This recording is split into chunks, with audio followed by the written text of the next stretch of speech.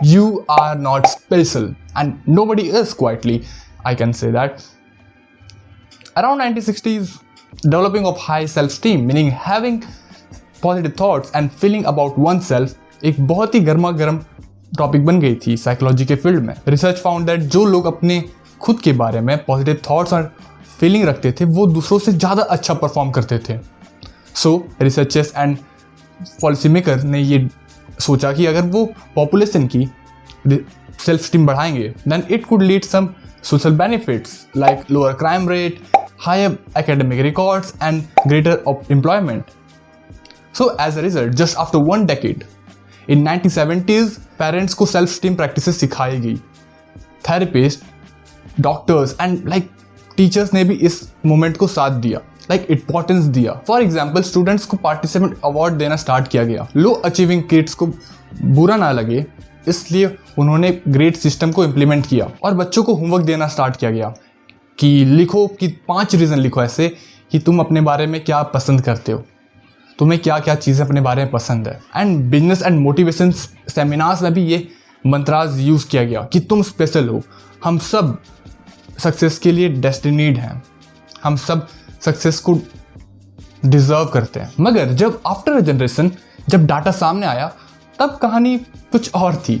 वो generation full of Bill Gates और Steve job से भरी नहीं थी.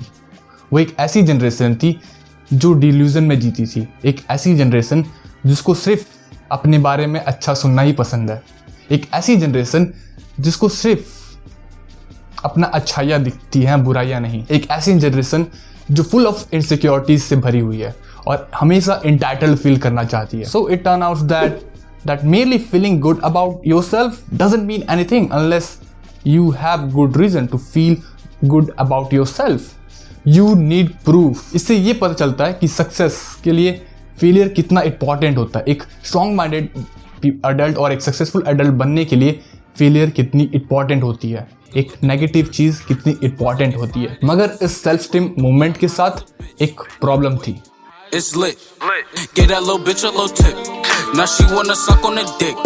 She wanna catch all of the drip. The problem with the self-esteem movement is that it measures self-esteem by how positive people felt about themselves. Magar, the true and accurate measurement of the one's self-worth is that how one feel about the negative aspect of themselves.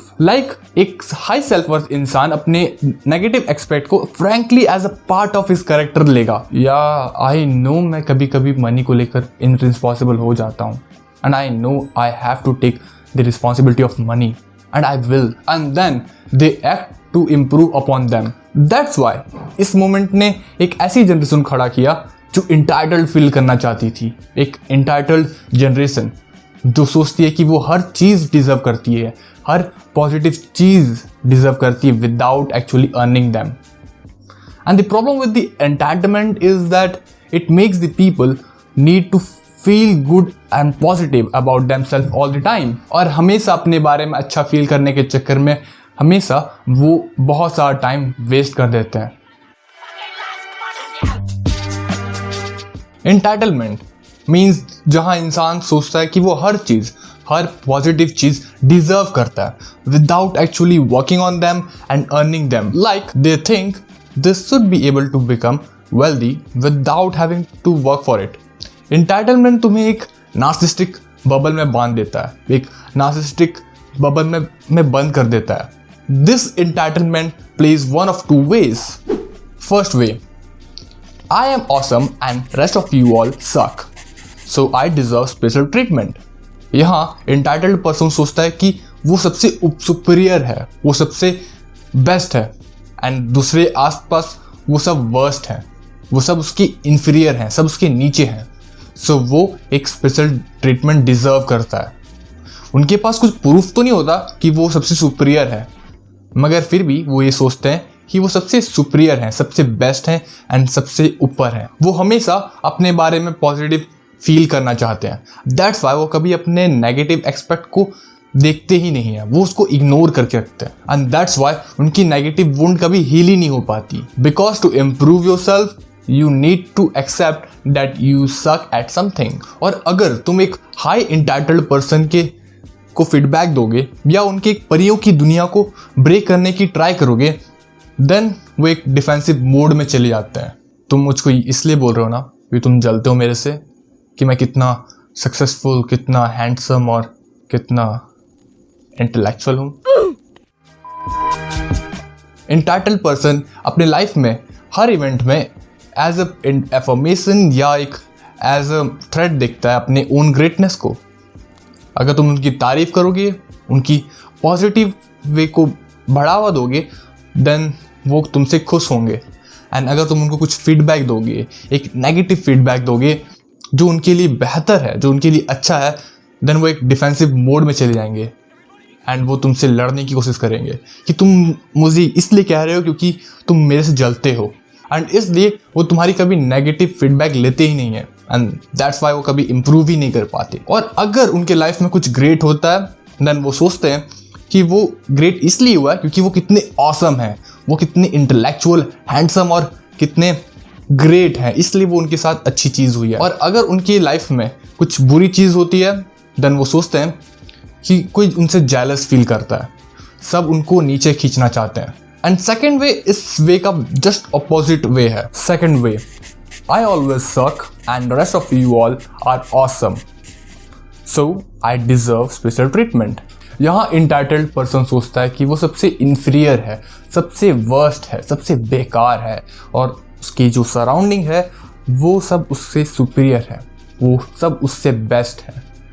So he thinks that he deserves special treatment and it happens to him because of some real traumatic shit, कुछ ऐसी negative experience जो उसने अपनी life में face की हो, and because of this he begins to unconsciously think that he has a problem which he is incapable of solving it, जिसकी वजह से वो सोचना स्टार्ट कर देता है unconsciously कि he has a problem which he incapable of solving it and it caused him to feel miserable and helpless। वो सोचते हैं कि जो प्रॉब्लम वो फेस कर रहे हैं वो बहुत यूनिक प्रॉब्लम है, सो वो भी यूनिक हुए ना, एंड इसके वजह से वो एक विक्टिमाइज माइंडसेट अडॉप्ट कर लेते हैं। So they started living in a delusion that they deserve special treatment.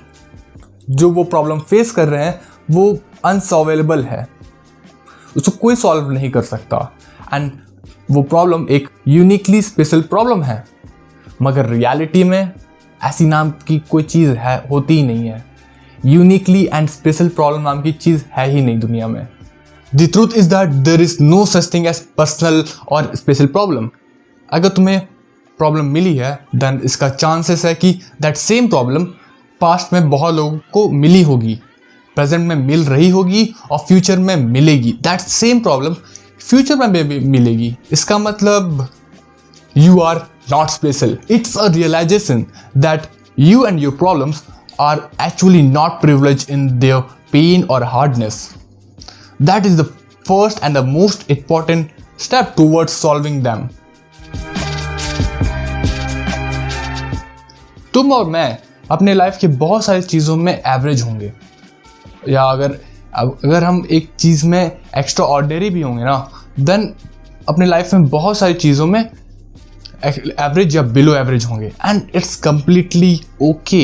ये एक नेचर है लाइफ की, क्योंकि किसी चीज़ में ग्रेट बनने के लिए हमें अपना टाइम और एनर्जी दोनों इन्वेस्ट करनी होती है एंड हमारे पास बस कुछ ही लिमिटेड एनर्जी एंड टाइम है। सो हम में से बस कुछ ही लोग किसी एक से ज़्यादा चीज़ों पर एक्स्ट्राऑर्डिनरी बन पाएंगे, या शायद वो भी नहीं। पॉसिबिलिटी बहुत ही कम है। जैसे the most brilliant businessman are often fuckups in their personal life. जैसे जो मोस्ट ब्रिलियंट फिजिशियन हो, ज़रूरी नहीं है कि वो फिजिकली फिट हो। सो तुम अपने लाइफ के बहुत सारे फील्ड में एवरेज रहने वाले हो एंड या बिलो एवरेज रहने वाले हो एंड इट्स कम्प्लीटली फाइन यार। Don't stress your self too much कि तुम्हें एक्स्ट्रा ऑर्डिनरी बनना है, बी एवरेज। मगर यहाँ एक प्रॉब्लम आती है। आज का प्रॉब्लम यही है कि एवरेज को एज फेलियर देखा जाता है, एक न्यू स्टैंडर्ड बना दिया गया फेलियर का। अगर तुम एवरेज हो देन तुम फेलियर हो and it's because of social media. सुना क्या? ये भी मेरी गलती है। नहीं भाई मेरी गलती है। नहीं मेरी गलती है। नहीं बाबा नहीं मेरी गलती है यार। It shows you some positive side of extraordinary people and tells you that देखो ये होती है extraordinary life, ये होती है perfect life, ये होता है सक्सेस। क्या तुम्हारे पास नहीं है? एंड देन तुम मर पड़ो यार, तुम एवरेज हो, मर पड़ो तुम कोई काम के नहीं हो। You are just a piece of shit and then you compare yourself with them and you think, oh fuck, मैं extraordinary नहीं हूँ, इसका मतलब मैं सक्सेसफुल भी नहीं हूँ, इसका मतलब मैं फेलियर हूँ यार, इसका मतलब I am just a piece of shit. यार पापा तुमने ऑर्डिनरी पैदा क्यों किया मुझे? हम सबको एक्स्ट्राऑर्डिनरी बनना है, क्योंकि बड़े लोग और मोटिवेशनल स्पीकर ने भी कहा है ना that you are great, you deserve greatness, तुम सब एक्स्ट्राऑर्डिनरी हो, तुम एक्स्ट्राऑर्डिनरी हो। और अगर तुम एवरेज को एक्सेप्ट करने से डरते हो ना, बिकॉज यू थिंक दैट अगर तुम एवरेज को एक्सेप्ट कर लोगे देन तुम आगे बढ़ना बंद कर दोगे, देन तुम आगे अचीव नहीं कर पाओगे, तुम इम्प्रूव करना बंद कर दोगे एंड तुम्हारा लाइफ मैटर नहीं करेगा। Just like black people. मगर कहानी कुछ और ही है। जो कुछ रेयर लोग जिन्होंने किसी चीज़ में एक्स्ट्राऑर्डिनरी ग्रेटनेस अचीव किया है, वो अचीव इसलिए कर पाए क्योंकि वो अपने आप को एवरेज मानते थे, या वो अपने आप को ग्रेट या ग्रेटनेस को डिज़र्व नहीं मानते थे। वो ये नहीं मानते थे कि वो डिज़र्व करते हैं ग्रेटनेस, वो ये मानते थे कि वो असल में एवरेज हैं। असल में वो लोग इम्प्रूवमेंट से ऑब्सेस्ड थे। People who are great at something become great because they understand that they are not already great, they are average and that they could be so much better. So वो लोग अपने आप को average मानते थे, वो मानते थे कि वो एवरेज हैं अभी, मगर वो इम्प्रूव करके ग्रेटनेस को अचीव कर सकते हैं।